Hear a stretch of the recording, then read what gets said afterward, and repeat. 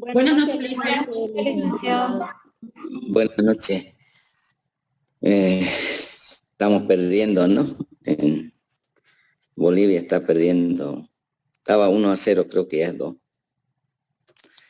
Así que no hay futuro en deporte. Bien, vamos a ver el inventario. La cuenta inventario en otros países también los llaman como bienes de cambio. En Argentina, sobre todo, usan bienes de cambio o mercaderías, o en otros países, en España, llaman como existencia, digamos, ¿no? Entonces, pero en nuestro medio conocemos como inventario, ¿no? Es el nombre más conocido en nuestro medio. Y el tema de inventario, o en el tema de inventario, hay que tomar en cuenta 3 aspectos que considero que es fundamental. El sistema de inventario que utiliza la empresa, por un lado, el método de inventario que aplica y la base de evaluación que adopta la empresa. Entonces, esos 3 aspectos es importante, digamos. Cuando hablamos del sistema de inventario, estamos hablando del sistema periódico o el sistema perpetuo. El sistema perpetuo, también llamado sistema permanente, ¿no? Y no vaya a ser que ustedes le pregunten al contador bajo qué sistema trabajan, ¿no? Entonces, eso sería una pregunta muy riesgoso para el auditor, de que el auditor tiene que darse cuenta a la empresa bajo qué sistema está utilizando, porque en el sistema perpetuo sabemos que por cada operación de venta se determina el costo de venta o costo de mercadería vendida.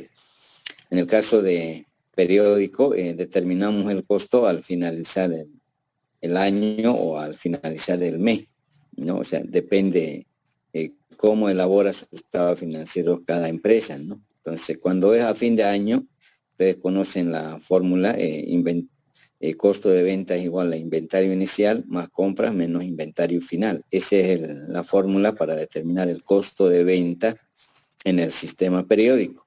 En cambio, el sistema perpetuo o permanente, por cada operación de venta se tiene que determinar el costo de venta, ¿no? Ahora, bajo la aplicación de las normas internacionales, nos hacen ver de que se va a aplicar el sistema permanente, ya no el sistema periódico, ¿no? Si ustedes se han dado cuenta en la universidad, los profesores más enseñan el sistema periódico que perpetuo. Entonces ahí, eso no implica, digamos, que las empresas no puedan adoptar el sistema periódico, por mucho depende del tipo de empresa. Por ejemplo, aunque hoy en día, con la ayuda de la tecnología o sistema, se puede determinar el costo, por ejemplo, en la farmacia, por una aspirina, por ejemplo, el costo, ¿no? En el caso de una ferretería, por un tornillo, digamos, y así, digamos, sin la ayuda del sistema no se puede determinar el costo. Por eso que en esas empresas utilizan el sistema periódico, ¿no? En cambio, en el sistema perpetuo, por cada operación de venta se tiene que determinar el costo. Y es más, pues, ¿no? O sea, para que ustedes se den cuenta, si utiliza bajo el sistema periódico, si hay una cuenta compra, es que es periódico. Si utiliza la empresa inventario, entonces es perpetuo, ¿no? Ahora hay que ver si por cada operación, o sea, una operación de venta, y si hay costo de venta, que es el sistema perpetuo, ¿no? Entonces, el tema de reconocer si la empresa utiliza bajo el sistema periódico o el sistema permanente o perpetuo, ¿no? Y el método, nos referimos al método de inventario que utiliza la empresa, de igual manera el promedio ponderado, ¿no? PEPS, primeros en entrar y primeros en salir. Y WEPS, el último en entrar, son los primeros en salir, ¿no? Y en épocas de estabilidad normalmente se utiliza el promedio ponderado, que es la media, ¿no? Actualmente una gran mayoría de las empresas están aplicando el promedio ponderado. Ahora, el WEPS generalmente se utiliza en épocas de inflación, ¿no? ¿Por qué en épocas de inflación? Porque como su nombre dice, último en entrar es el primero en salir. Es decir, entra con el último precio y primero sale. De esa manera sabemos cuánto cuesta el precio en el mercado, porque con el último en entrar, primero en salir, nos damos cuenta que cuál ha sido el último precio unitario, ¿no?, de cada producto. Y lo que nos dicen las normas es que en lo posible estos métodos deberíamos aplicar de manera consistente o de manera uniforme, o sea, ¿no? Pero con eso no quiero decir que no se tenga que cambiar el método. Se puede cambiar, pero siempre y cuando se tenga que explicitar en la nota a los estados financieros o explicar en la nota a los estados financieros el porqué del cambio, ¿no? Porque tampoco podemos cambiar así por el tema del principio de uniformidad, ¿no? Y las bases de evaluación, ¿no? Que normalmente, según la ley, nos dice costo de mercado el menor, ¿no?, o costo de reposición. El costo de reposición significa cuánto en este momento me costaría reponer un bien, ¿no?, en este momento. O cuánto me costaría producir un bien, ¿no? Entonces, en el tema de bases de evaluación, generalmente hoy actualmente en las empresas están ajustando al costo de reposición. ¿Qué significa eso? ¿No? Al valor de mercado, ¿no? Es el valor de mercado es lo que manda, ¿no? Y en el tema de costo de reposición, ¿no? ¿De qué manera podríamos saber cuánto cuesta un producto, digamos, en el mercado, ¿no? Y sucede que en la práctica no hay otra forma, digamos, ver el precio unitario de cada compra, ¿no? Y de esa manera nos enteramos cuánto está el precio en el mercado, con el último precio unitario de compra, ¿no? De esa manera nos enteramos. En el caso, por ejemplo, de los activos fijos, es el revalúo técnico, ¿no? En el caso de los productos, el precio unitario, el último precio unitario de compra, ¿no? En base a eso nos damos cuenta cuánto vale en el mercado. No hay otra forma, digamos. Por decir, el último precio unitario de compra ha sido en 15 de diciembre, por decir, después no hemos comprado más productos. Entonces, desde el 15 de septiembre, ese precio unitario podemos ajustar hasta diciembre para saber, no podemos actualizar o ajustar el precio unitario de compra, ¿no? Para hasta diciembre, ¿no?, en función a unidad de fomento de vivienda, ¿no? Esa es una forma de actualizar o ajustar inventario, ¿no? Ahora, el principio de la base de costo nos dice, bajo los principios de contabilidad generalmente aceptados, ¿no?, si hay evidencia de que el valor de realización de los inventarios es menor que el costo, debido a deterioro, obsolescencia, cambios de precios en los materiales u otras causas, la aplicación del principio de costo es requerido, dice, ¿no? Estas partidas deben ser registradas a nivel designado como costo corriente para las mercancías, materias primas compradas. O sea, costo corriente para las mercaderías manufacturadas, los productos terminados o los productos en proceso. Lo que nos está diciendo en este caso, si por alguna circunstancia los inventarios pueden sufrir por deterioro, por obsolescencia, entonces tendríamos que utilizar la base de costo, que es el criterio principal, el costo, implica el precio de adquisición más los gastos incidentales. Ese es el costo, ¿no?, el valor de costo. Entonces, en este caso nos dice si el valor neto de realización es menor al costo, entonces utilizamos el principio de costo, ¿no? El valor neto de realización para mercancías dañadas, usadas o obsoletas, ¿no? O sea, en las empresas se ve, pues, ¿no?, que siempre hay ese deterioro o la obsolescencia de ciertos productos, ¿no?, que necesariamente tendríamos que venderlos o realizarlos al precio de costo, ¿no? En la frase menor de costo mercado, dice, el término mercado significa el costo corriente de reemplazo. O sea, lo que les decía, el costo de mercado o costo de reposición, cuánto me costaría reponer en este momento un bien, ¿no? Ya sea, dice, por compra o por producción, ¿no? Según el mercado. También en el tema de inventario hay que ver las mercaderías recibidas en consignación. Ese aspecto es importante cuando ustedes hagan una auditoría. Deben indagar sí, indagar sobre todo si la empresa cuenta con mercaderías recibidas en consignación, ¿no?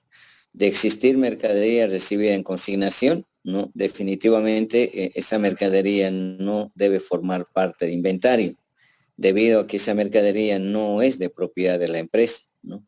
Entonces hay que segregarlo. Si hubiera mercadería recibida en consignación, hay que segregar y que no forme parte de inventario, ¿no? En todo caso tendría que estar como mercadería recibida en consignación, ¿no? Ese es uno de los aspectos que siempre debemos tomar en cuenta, ¿no? Que cuidado que inventario esté, digamos, o dentro de inventario esté mercadería recibida en consignación. Como no es de propiedad de la empresa, entonces no tiene que estar dentro de lo que es inventario. Y la mercadería recibida en tránsito, ¿no? La mercadería recibida en tránsito normalmente verificamos los auditores con la póliza de importación, ¿no? Hasta que lleguen, ¿no? O sea, si hay una póliza de importación, entonces todos los gastos, todo lo que concierne a la importación, lo llevamos a mercadería en tránsito, ¿no? Una vez que llegue, hacemos la reversión pero la póliza es fundamental, ¿no? Para respaldar lo que es la mercadería en tránsito. Y también debemos ver el tema de seguro. Hay mercaderías que por el factor climático, sobre todo en nuestro medio, ¿no? Son susceptibles de deteriorarse, entonces es recomendable que la mercadería cuente con una póliza de seguro, ¿no? Y el ambiente adecuado, otro aspecto fundamental que algunos productos requieren cierta refrigeración, entonces es recomendar si la empresa cuenta con un ambiente adecuado. De no ser así, habría que sugerir o recomendar a la gerencia de que pueda optar por un ambiente más adecuado, ¿no? Y el control de inventario, seguramente ustedes han visto. Normalmente utilizamos la tarjeta BIN-Card, ¿no? La tarjeta BIN-Card se refiere al control físico, o sea, tarjeta BIN-Card quiere decir control físico, la entrada y salida de saldo. O sea, quien se hace cargo de ese control de BIN-Card es el almacenero, ¿no? El encargado de inventario, quien controla la entrada, salida y saldo. Y tenemos otro control que es el control Cardex, ¿no? También controla lo físico.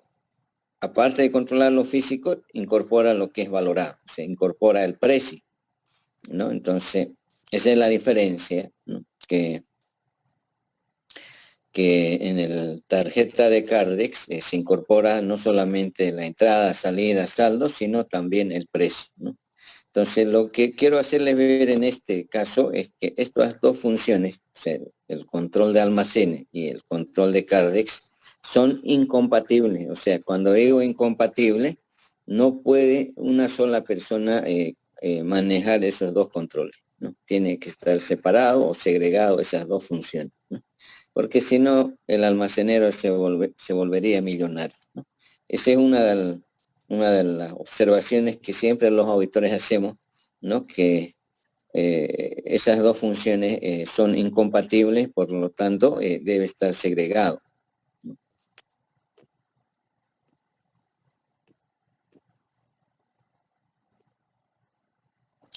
En el tema de Cardex, ustedes saben que ahí se controla lo físico y lo valorado, ¿no? Normalmente tiene que hacerse cargo de otra persona y no el encargado de almacén, ¿no?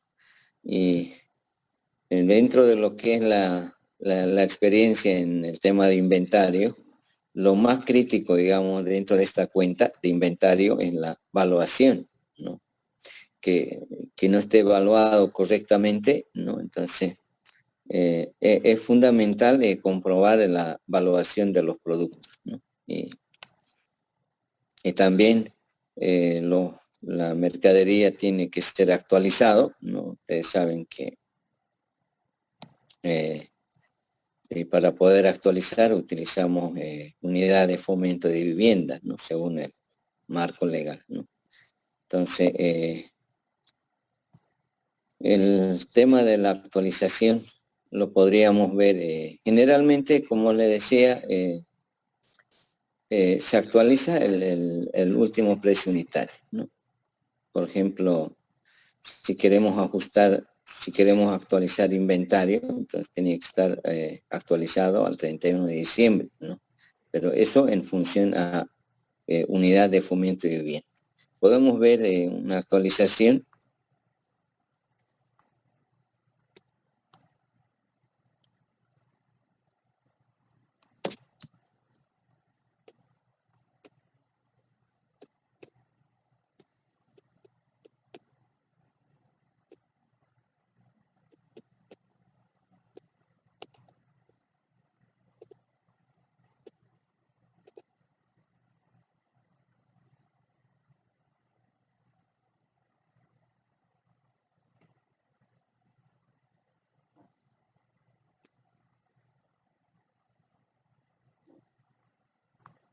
Ahí podemos ver, por ejemplo, si la composición de inventario al 31 de diciembre del 2019, tenemos producto A, B y C, cantidad, fecha de origen o fecha de ajuste, costo unitario promedio y costo sin ajuste, ¿no? Entonces, normalmente estos datos se obtienen de Cardex, ¿no? De la cantidad, el precio unitario y el costo, ¿no? Si ustedes se fijan, el producto A, ¿no? Tiene un costo sin ajuste de 268.400 y el precio unitario es 26,84. En el producto B, la cantidad es 11.700 y el precio unitario es 43,23. Y el producto C, 11.500 y el precio unitario ponderado, o sea, ponderado quiere decir la media, 62,6. Y el total es 719.900, ¿no? Haciendo un total de inventario 1.494.793. ¿Cómo sería el ajuste de inventario, ¿no? Mantenemos el producto, la cantidad son los mismos, ¿no?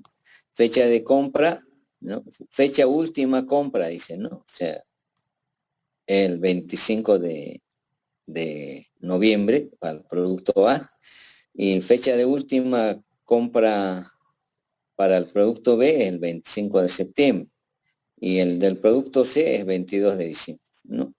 Y costo unitario última compra, o sea, mire, en el producto A era 26,84, el último precio unitario de compra del 25 de noviembre es 27. Entonces, eso costo unitario de la última compra es lo que tenemos que ajustar en función a unidad de fomento de vivienda, ¿no? De igual manera, el costo en el producto B, el costo unitario era 43,29, ajustado tenemos 44. Y el producto C, el producto costo unitario ponderado era 62,6 y ahora es 65, ¿no? Entonces, esos son los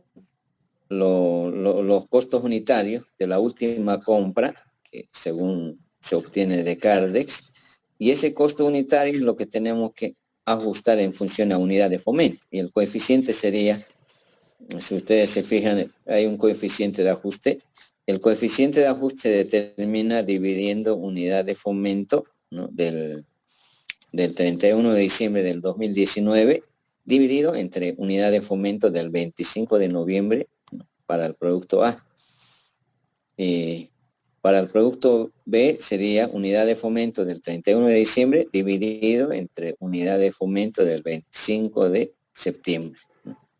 Y de igual manera para el producto C determinamos el coeficiente dividiendo en unidad de fomento del 31 de diciembre del 2019 dividido entre unidad de fomento del 22 de diciembre del 19. Entonces, ese coeficiente multiplicamos el costo unitario y vamos a tener costo unitario de reposición, o sea, costo unitario actualizado, si se quiere, ¿no? Y nos da 2707, 44,29, 65,052. Y ese costo unitario de reposición, o sea, ese costo unitario ajustado o actualizado, multiplicamos por la cantidad que había en cada producto, 10.000, nos va a dar 270.790. Y para el producto B, 11.700, que es la cantidad, multiplicamos por 44,29, nos da 518.278.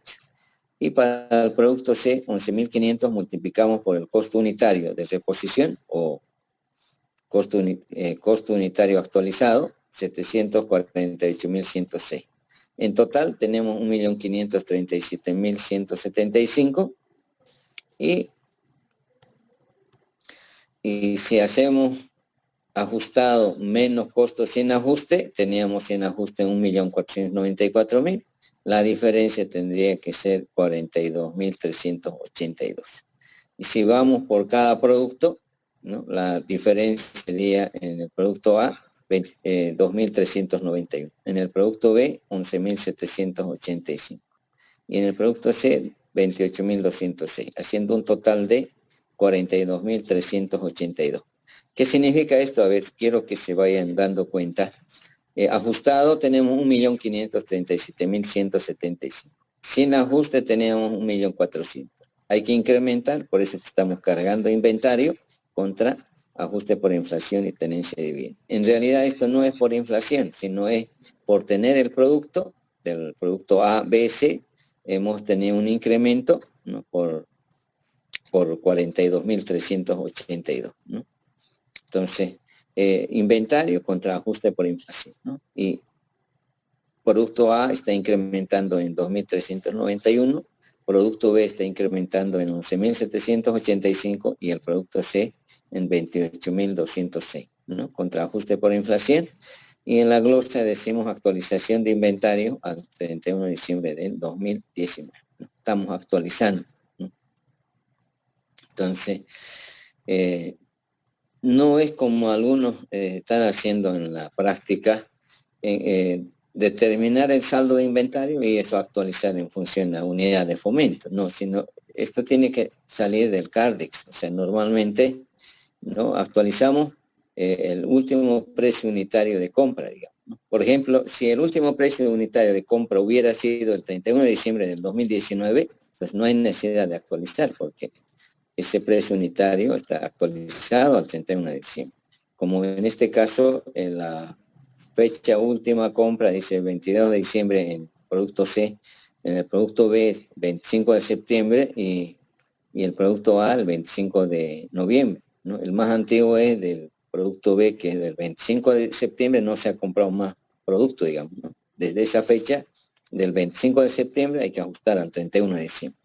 Entonces, esto es una forma de actualizar inventario, ¿no?, que lo único en este caso, lo que estamos ajustando es el precio unitario de compra, el último precio unitario de compra, ¿no? Ajustamos en función a unidad de fomento y multiplicamos por la cantidad de producto y nos va a dar el total valores ajustados, ¿no? Y comparamos costos sin ajuste y la diferencia tenemos que incrementar. Esto es una forma de ajustar inventario al 31 de diciembre del 2019. Entonces, por ejemplo, yo les puedo dar 3 Cardex, digamos, porque cada producto tiene su Cardex. Entonces, de ahí ustedes tendrían que sacar del Cardex, sale la cantidad que queda del producto, el precio unitario y también el costo sin ajuste. Una vez que ajustan, entonces va a variar el monto de inventario, que inicialmente era 1.494.000, ahora debe ser 1.537.175. En algunas empresas he visto separar ese incremento, o sea, no quieren que se incremente inventario, lo separan, ¿no? O sea, bajo otra cuenta y la cuenta que utilizan es ajuste de inventario. Entonces, ya eso ya depende de cada empresa, ¿no? Como les digo, en algunas empresas he visto la actualización, llevarlo separado y la cuenta que utilizan es ajuste de inventario, que forma parte, digamos, como es ajuste, no solamente se agregan para ver cuánto es el efecto del ajuste de inventario. Entonces, esta es una forma de actualizar inventario, ¿no? Lo que sí considero que ustedes ya tienen que saber manejar el Cardex, ¿no? Que seguramente en contabilidad 2 han visto manejo de Cardex, no sé si tienen problemas, pero se requiere, digamos, el manejo de Cardex para poder ajustar inventario, ¿no? Y también, como les decía, el método que utiliza, ¿no? Que en la actualidad, que así una gran mayoría de las empresas está adoptando el promedio ponderado, que es la media. Y ahora, para en épocas de inflación se podría utilizar webs, pero siempre y cuando en la nota se tenga que explicar el motivo o la razón del cambio del método, ¿no? Y eso en lo que concierne a inventario. Ahora, en la práctica, ya haciendo auditoría, cuando yo tengo que ir a hacer inventario, no, o sea, no hay otra forma. Por ejemplo, si yo quiero comprobar la existencia de mercadería, tengo que ir a almacenes, bueno, o sea, a verificar físicamente. Entonces, como normalmente en auditoría nos presenta un detalle de inventario, y sobre ese detalle de inventario los auditores hacemos es determinar una muestra y en base a esa muestra o con esa muestra nos vamos a almacenes a verificar físicamente.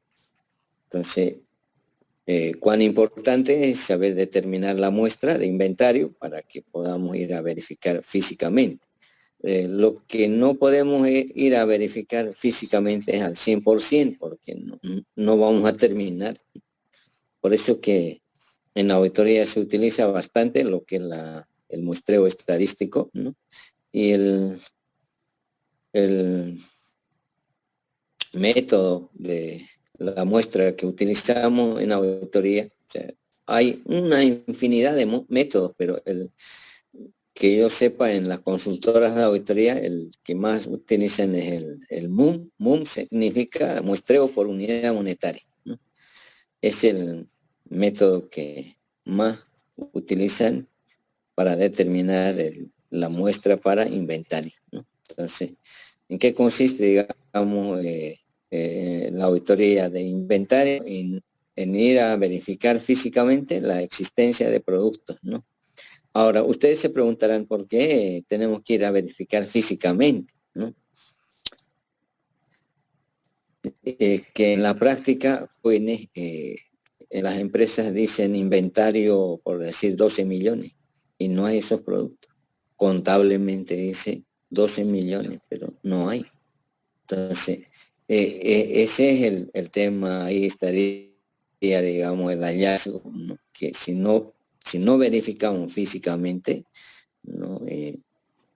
Dar un fraude, ¿no? Entonces, es importante ir a verificar físicamente, inclusive ver cómo está clasificado, cómo está ordenado, etcétera, ¿no? Los productos, ¿no? Que eso es lo que pasa, digamos, ¿no?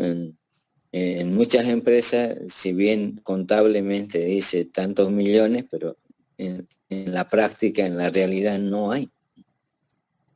Entonces, auditoría, pues ahí tiene que encontrar como un hallazgo, ¿no? Que digamos, así en stock de inventario, ¿no? O algunas empresas están también en el mercado, digamos, ¿no? Porque ¿en qué caso? A ver, si tienen algún criterio, a ver, ¿en qué caso una empresa puede estar sobreestocado de inventario? A ver si alguien me puede ayudar, ¿no? O cuándo una empresa se estocaría de inventario. O sea, a ver si alguien me puede dar, por qué razón, digamos, una empresa puede estar sobreestocado de inventario. O sea, hay bastante cantidad de inventario. O sea, hay dos factores. O sea, uno que no haya mercadería, otro que haya bastante cantidad de mercadería. ¿Cuál sería, a ver, una de las razones por qué el inventario estaría sobreestocado? Sería cuando sea sus temporadas altas, donde vende más, digamos. No, entonces ahí es lo que quiero que, que ustedes se den cuenta. Una empresa se va a sobreestocar, ¿sabe cuándo? Cuando no factura, ¿no? Y ustedes saben que para que inventario baje, no hay otra explicación. Tiene que haber venta de producto. Si hay venta, va a salir, pero si no hay venta, o si no hay venta, no va a salir inventario. Ahora, y si no se factura, sale, por decir, se vende, ¿no? Pero como no se está facturando, entonces queda, digamos, la mercadería. Entonces, Lisa, en ese caso habría sobrante en caja.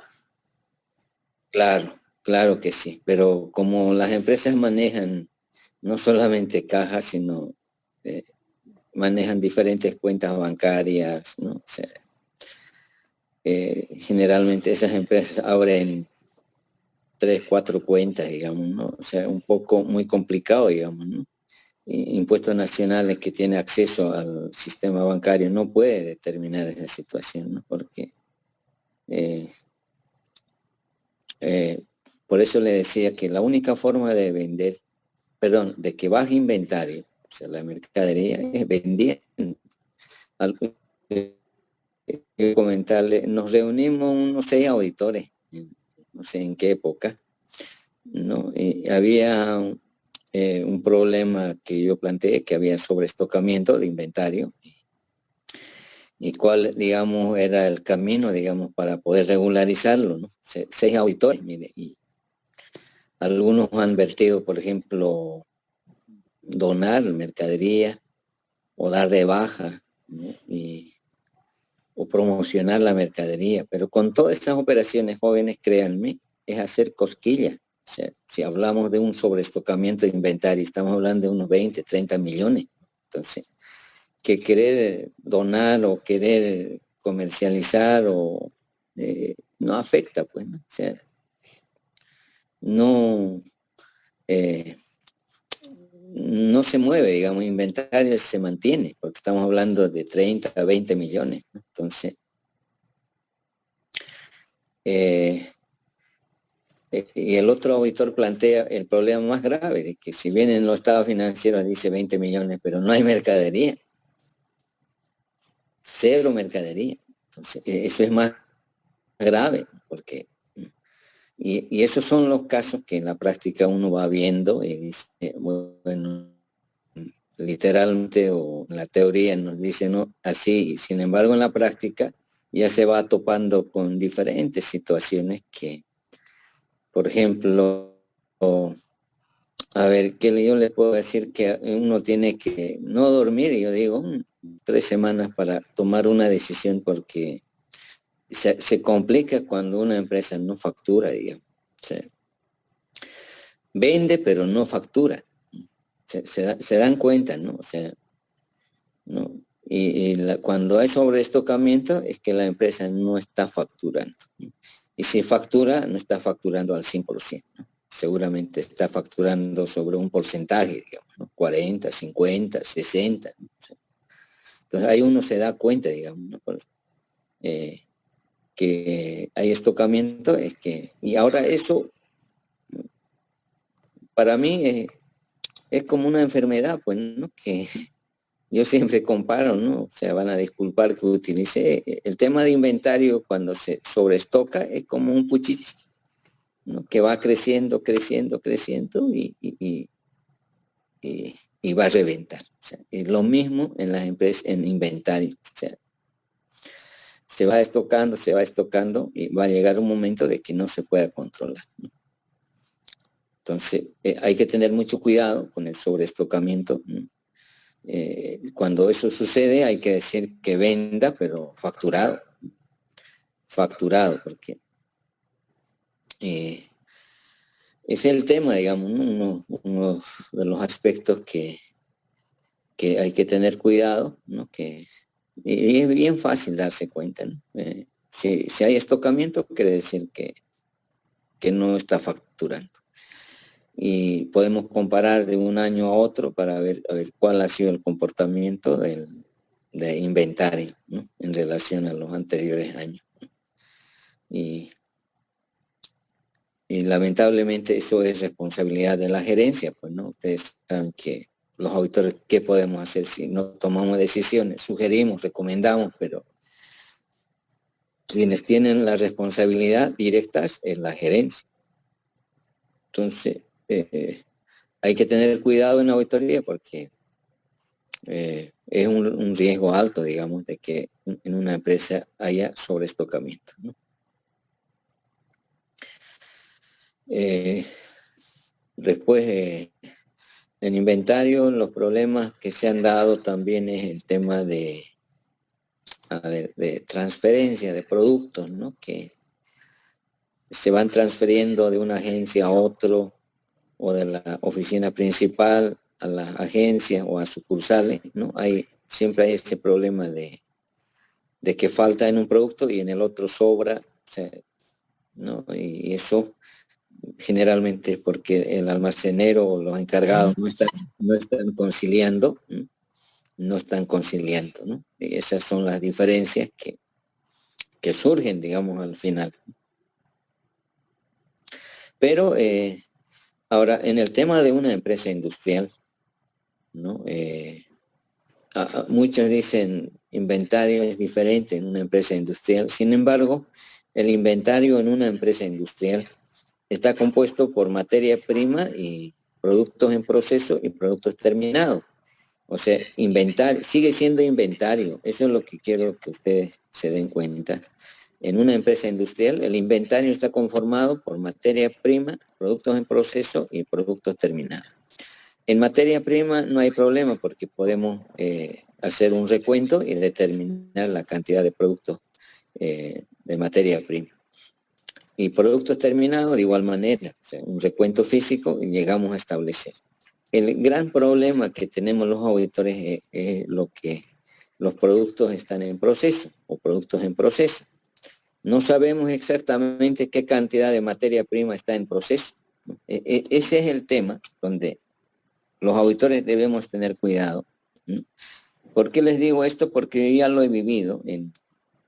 Les comento una experiencia que he tenido en la Coca-Cola, ¿no? A ver, ¿dónde es la oficina principal de la Coca-Cola? A ver si alguien sabe.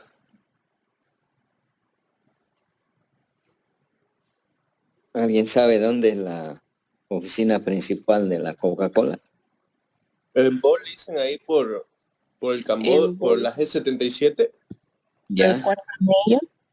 Ya. Cuarto anillo, creo que. Ya. Eso es aquí en Santa Cruz, ¿no? Pero en la Estados Unidos. Sí, pero en Bolivia está en La Paz, en el Alto de La Paz está. Es enorme porque yo fui a hacer auditoría, ¿no? Y mire, y en esta época he ido a hacer auditoría, en época de frío, ¿no? me acuerdo que me congelaba y ahí es donde tenía una experiencia de lo que es productos en proceso. Resulta de que dice productos en proceso, ¿no? Y le pregunto al jefe de producción qué cantidad de materia prima está en proceso. Y me dice 100.000 quintales de azúcar. Pero el problema ya no está en azúcar granulado, como normalmente decimos, sino ya está diluido ese azúcar, diluido ya. Entonces, ¿cómo saber si exactamente 100.000 quintales está diluido o 50.000 solamente? Ahí es nuestro problema. Y yo preguntaba al gerente de la auditoría, ¿cómo yo puedo verificar de que efectivamente esa cantidad de materia prima que es azúcar está diluido? Entonces me pide que pida al encargado de producción, ¿no? Que le pregunte al encargado de producción, pero el encargado de producción me puede decir, pasó tanto de quintales, ¿no? Entonces, y también un poco investigando lo que son los libros de auditoría, llegamos a establecer de que un vacío grande ahí, ¿no? Porque y la única forma de pedir es una certificación por escrito que nos certifique qué cantidad de materia prima está en proceso, ¿no? Entonces, una carta donde nos certifique la cantidad de productos que se encuentra en proceso a una fecha determinada, ¿no? Al 31 de diciembre o en todo caso. Y eso sería nuestro respaldo para respaldar de que esa cantidad está en proceso. Porque de otra manera, muy difícil, digamos, ¿no? O sea, comprobar con exactitud, digamos. Por ejemplo, yo les digo eso, les hablo así honestamente. Me ha tocado ir a empresas donde, por ejemplo, la madera, ¿no? Yo pues no conozco ni la madera, pues si es tajibo, si es almendrillo, si es... hay diferentes tipos de madera, ¿no? Entonces, ¿cómo voy a reconocer, ¿no? Ese es el tema, digamos, ¿no? Que me dicen tantos pies cúbicos de madera está en proceso, ¿no? De mara, de tajibo, hay pues variedad de tipos de madera, entonces yo no conozco, o sea, ¿no? Entonces la única forma es pedir una certificación por escrito que el jefe de producción nos diga a esa fecha la cantidad de materia prima está en proceso, ¿no? Ese sería nuestro respaldo, porque de otra manera, muy complicado, ¿no? Entrar a establecer cuánto de materia prima realmente está en proceso, ¿no? Por eso digo, ¿no? Que en la auditoría hay temas que son complicados, ¿no? Y eso es lo que hemos visto, digamos, ¿no? Que con esa certificación podíamos respaldarnos si hay problema, entonces decir que hemos solicitado y él nos ha certificado que cierta cantidad de materia prima está en proceso, ¿no? A eso podíamos corroborar con traspaso de almacenes a producción, la salida, ¿no? La salida de almacenes a producción cuánto, digamos, ¿no? Pero qué mejor que nos certifique de manera escrita, ¿no? Y esa es la experiencia que he tenido en Coca-Cola, o sea, no he podido cuantificar azúcar diluido, ¿no? 100.000 quintales de azúcar estaba diluido y tuve que nomás confiar en lo que dicen los jefes de producción. Pues de otra manera, muy complicado, digamos, ¿no? Establecer exactamente, ¿no? ¿No? Y también pues utilizan jóvenes contrabando, ¿no? Azúcar de contrabando, casi un 25%, ¿no? Y un 75%. O sea, ven pues la forma de bajar, ¿no? O sea, y eso es lo que los auditores tenemos que tener cuidado, ¿no? Que en las empresas no haya temas de contrabando, que ustedes han debido ver que, por ejemplo, en la farmacia hay dos almacenes, ¿no? Uno donde está lo que es legal y otro almacén es productos de contrabando. ¿Se imaginan? Estoy hablando de una cadena grande. Entonces, es difícil nuestro trabajo, aunque no crean, complicado, pero hay que tener cuidado. Yo les comento esto porque lo he vivido, ¿no? En diferentes tipos de auditoría, sobre todo en inventario, ¿no? Y vamos a ver casos prácticos, ¿no? Por ejemplo, a ver si la mercadería, si en almacenes de una empresa, allá afuera están 6 camiones de mercadería que no lo han descargado, ¿debe formar parte de inventario o no debe formar parte? ¿No? Esos son casos que se presentan, digamos, ¿no? Y, ¿no? Ahí afuera están parados los camiones, tráiler, 6, 7 camiones, no han descargado, está la mercadería. Ahora usted puede verificar eso. Si debe entrar a inventario, entonces hay que verificar. Si no, no verificamos. Entonces, esos son casos que se presentan en la práctica, ¿no? Que uno no sabe qué hacer, digamos, ante esa situación, ¿no? Entonces, ahora obviamente que cada camionero viene con un detalle, ¿no? Entonces, eso hay que ver en las pólizas, ¿no? Hay que revisar las pólizas, ¿no? Que por la importación de la mercadería, ¿no? Ahora, por ejemplo, no sé si ustedes todo lo que es importado, los productos, hay que llevarlo a factura, ¿no? Eso yo les voy a enseñar cómo hay que llevarlo a factura, ¿no? Para contabilizarlo contablemente, ¿no? ¿No? O sea, generalmente, inclusive les digo que hay que saber primero determinar cuántas hojas tiene la póliza, ¿no? Y eso es lo que a mí me han enseñado. O sea, no crean que yo soy experto en tema de las importaciones, ¿no? Sino lo primero que uno ve la póliza, y en la póliza en la primera hoja dice 1 de 6 y 1 de 7 o 1 de 4. ¿Qué significa eso? Que esa póliza tiene 1 de 6, son 6 hojas que tiene la póliza. Y en la última hoja está el impuesto, el IVA. Entonces, uno va directamente para poder convertir o llevarlo a factura, digamos. Eso les voy a enseñar para que aprendan, ¿no? Que de una póliza, para poder contabilizar en libro de compra, hay que llevarlo a factura, ¿no? Y vamos a hacer algunos casos, ¿ya? Algunos casos prácticos vamos a ver y ya, jóvenes, muy buenas noches, muy apenado por la pérdida de la selección. Disculpe, Listen. No podemos ganar, tenemos 0 puntos. ¿Qué dice? Disculpe, una pregunta que tiene que ver con su materia de gubernamental auditoría. El examen de mañana va a ser por Classroom. ¿Ya pasó el código para que entremos?